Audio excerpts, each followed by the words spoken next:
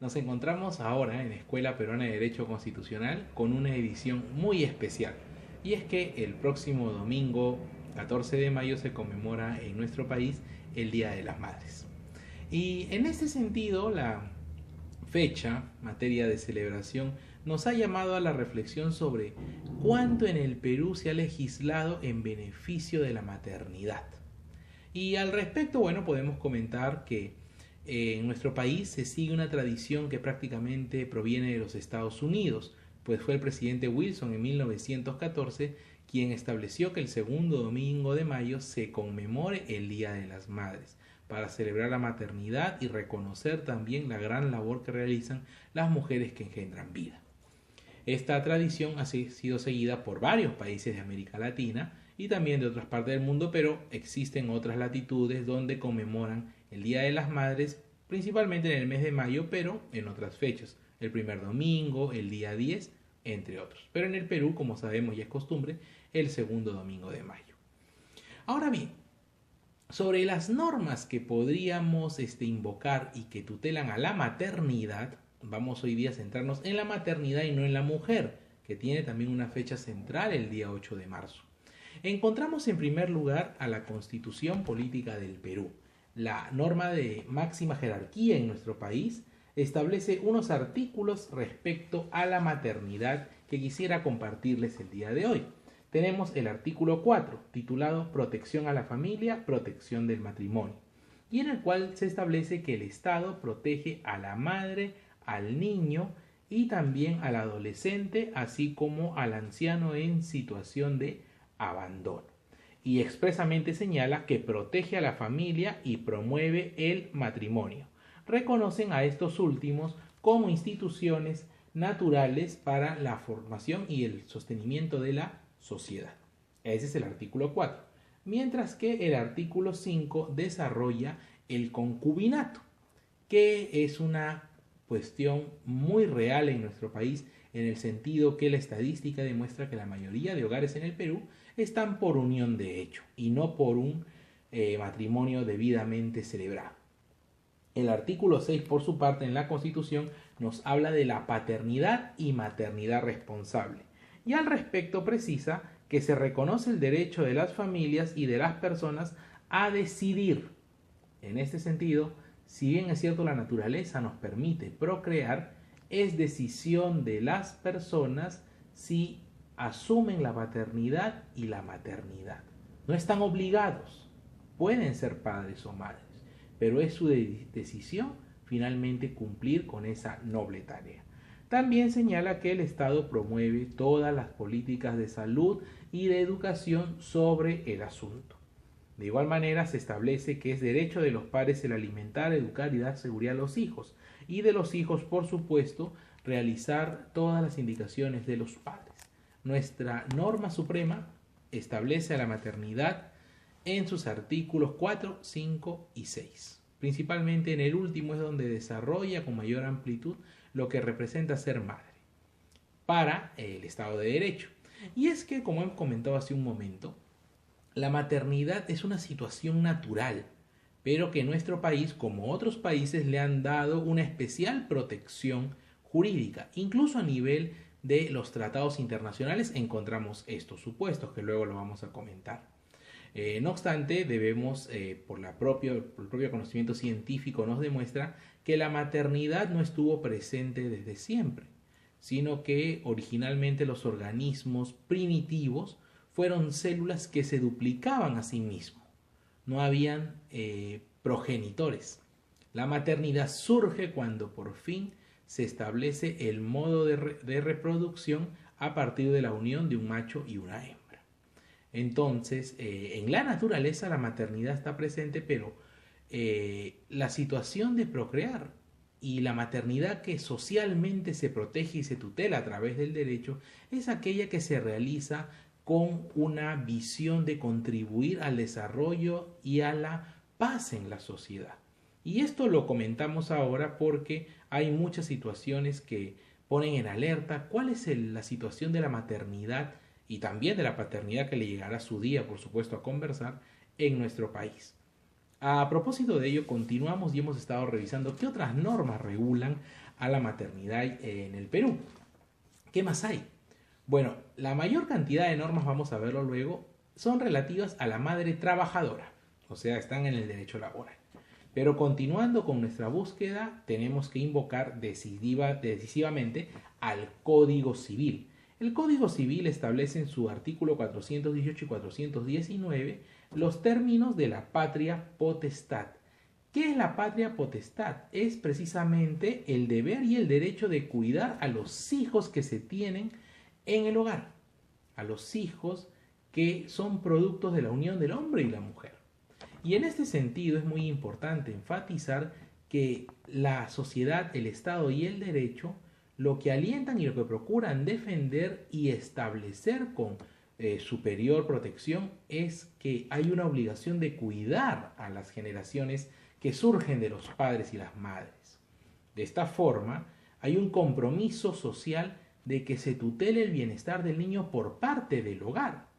Y en ese sentido hay que hacer un llamado a la reflexión, pues luego vamos a ver que las estadísticas son un tanto alarmantes, sobre cuánta conciencia hay de lo que representa ser madre en nuestro país. Y si bien es cierto, hay ejemplos muy celebrados y muy bien aplaudidos, también es cierto que hay que llamar la atención sobre cuánto de serio se toma el asumir el cuidado de un niño y guiarlo bajo la patria potestad a ser un hombre y una mujer de bien para la sociedad. El Código Civil también continúa y en su artículo 423 establece los derechos y los deberes en el ejercicio de la patria potestad, como es, por ejemplo, velar por el sostenimiento y la educación de los hijos, uno de los deberes primordiales.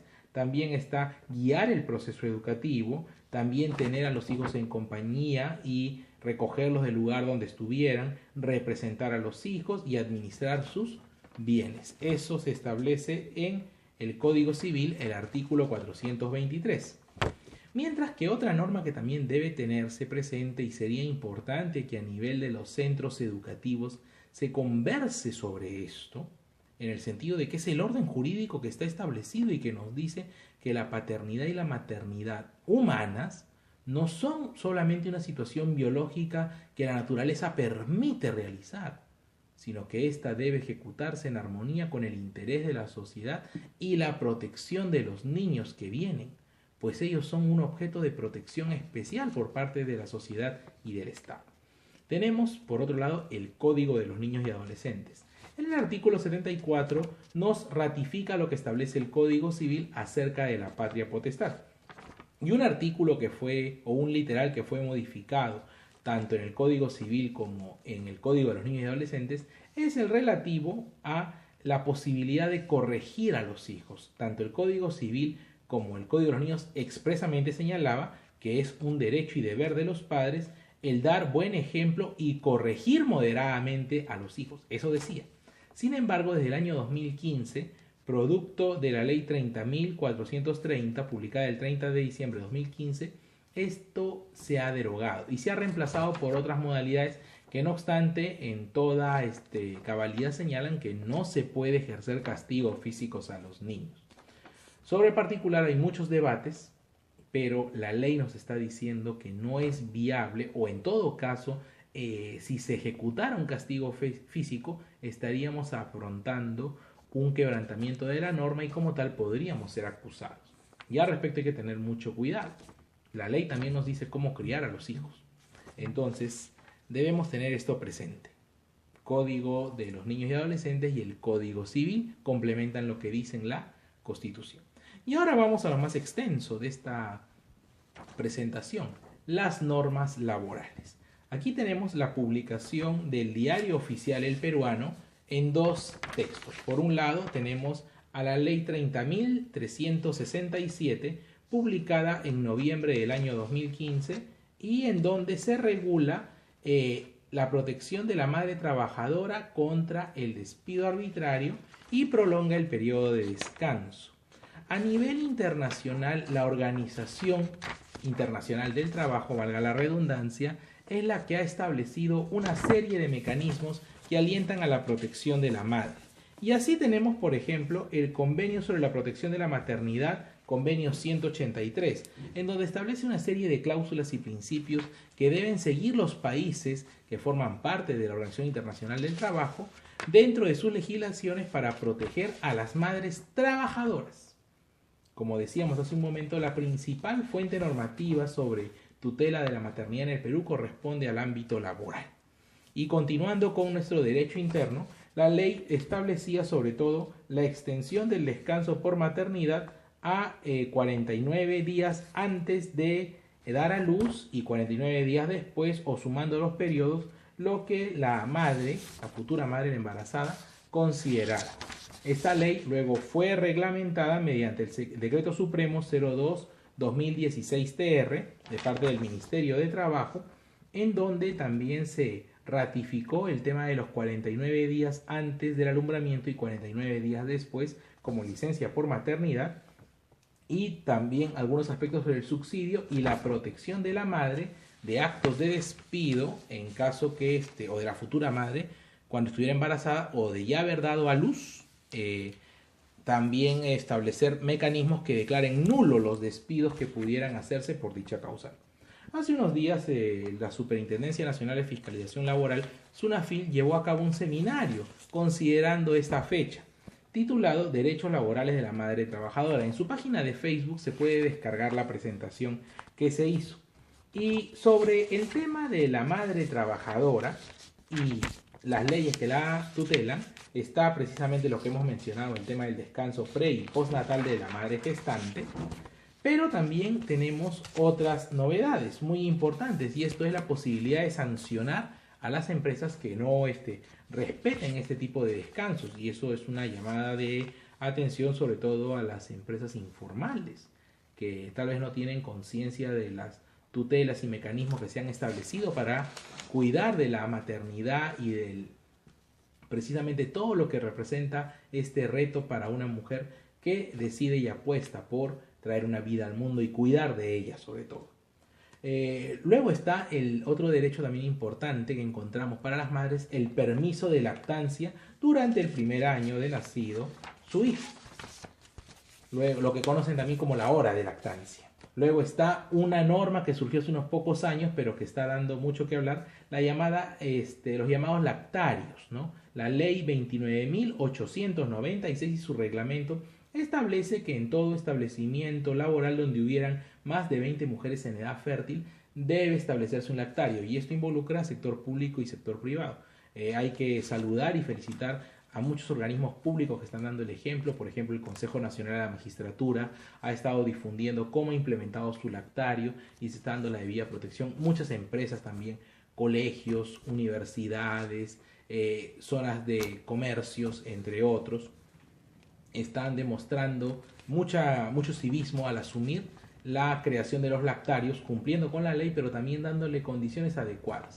No obstante, de parte del sector empresarial también ha mostrado cierto malestar por los costos que representa asumir esto de los lactarios. Sin embargo, vale la pena si queremos dar una protección y una dignidad a las madres que, tanto con la labor sacrificada enorme de sacar adelante a la familia junto con su esposo, también de repente no está presente el padre, es aún más esfuerzo, también siguen trabajando y asumen una subordinación dentro de una relación laboral privada o pública que les exige tremendamente esfuerzos. Luego también está la protección contra el despido, que es un aspecto importante que nos tienen a cuenta sobre el caso de las madres, y la protección contra la violencia en perjuicio de la mujer, que ya es un ámbito más general, no es solamente por las madres, pero se tiene muy presente. Un aspecto que también debemos mencionar, aunque tal vez no está aún plenamente regulado, es que si bien es cierto se alienta la maternidad, ha habido algunos retrocesos en nuestro país. Por ejemplo, la legislación anterior a los 90 se establecía que había la obligación en las empresas con más de 25 trabajadores, 25 trabajadoras que pudieran ser madres, establecer cunas, establecer dentro de la misma unidad de producción una zona para el cuidado de los niños. Y desgraciadamente a partir de los años 90 con las reformas liberales del gobierno de turno, ese tipo de medidas fueron derogadas. Y hoy en día estamos ante un vacío porque si bien es cierto existen guarderías, estas no tienen un orden o un sistema legal que las regule y como tal están en cierta manera al aire y de esta forma no brindan a veces estándares semejantes en todos los rubros que pudieran existir guarderías o en todos los centros que se denominen así. Y es un aspecto que debería tener presente el Congreso de la República, pues se alienta la maternidad, pero no se alienta de repente establecer mecanismos para que ayuden a la madre, más hoy en día cuando se ve tanto la presencia de la mujer en el trabajo, tanto en el sector público y privado que sigue aumentando y que también apuestan por complementar su vida con un hijo o una hija como así lo han decidido, dependiendo de ello. No obstante, queremos terminar con un par de noticias que nos deben llamar poderosamente a la reflexión. La primera de ellas la hemos extraído de Perú 21. Esta fue publicada en julio de 2016, hace unos meses aún, y nos dice: en el Perú la maternidad está empezando desde los 11 años.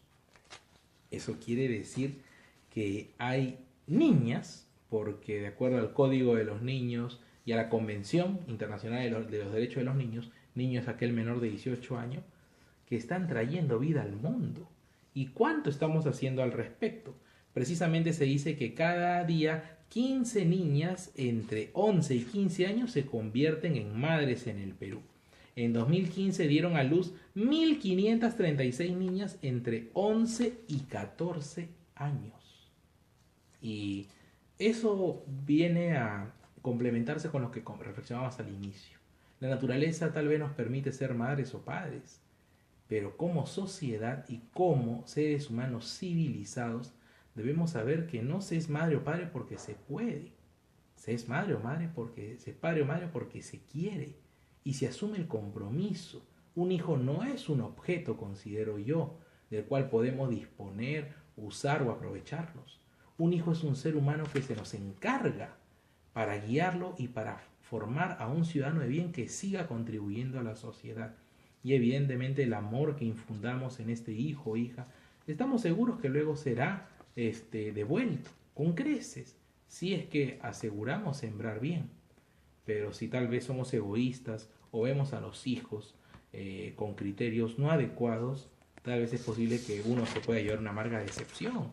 Y como tal, pues es una necesidad pública de difundir estas noticias para que se tome conciencia. Si bien es cierto, hay el derecho y los liberales a lo largo de los tiempos apostaron porque no se controle la maternidad, que sea libre, ¿qué consecuencias nos está dejando? Sobre todo en países como el nuestro. Y finalmente queremos compartir un artículo que nos ha ayudado mucho para reflexionar el día de hoy, publicado por Gonzalo Alegría, La mamá peruana en cifras. Es un artículo del año 2015, muy interesante, pero que sus conclusiones son sinceramente poderosos llamados a la reflexión. Primero, hogares informales. Solo el 28% de hogares donde hay niños están casados. Y si bien es cierto en nuestro país tanto el matrimonio como el concubinato tienen protección incluso a nivel constitucional, bien señala Gonzalo Alegría que no solo somos informales en el ámbito del comercio, en el ámbito de los negocios mayoritariamente, también somos informales en los hogares. No se trata de decir que es mejor la persona por estar casada que por convivir.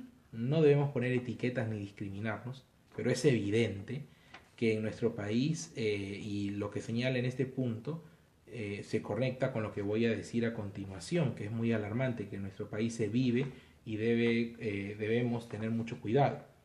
Padres por accidente. Solo el 45% de peruanos son hijos deseados. Lo expone Gonzalo Alegría a partir de una encuesta que se realizó. Obviamente habrá un margen de error en las cifras, pero no muy alto. Cuando se preguntó si se deseaba ser madre, solo el 45% dijo sí, yo tuve un hijo porque lo quise, en ese momento. Y tenemos a una mayoría que no quiso ser madre en ese momento.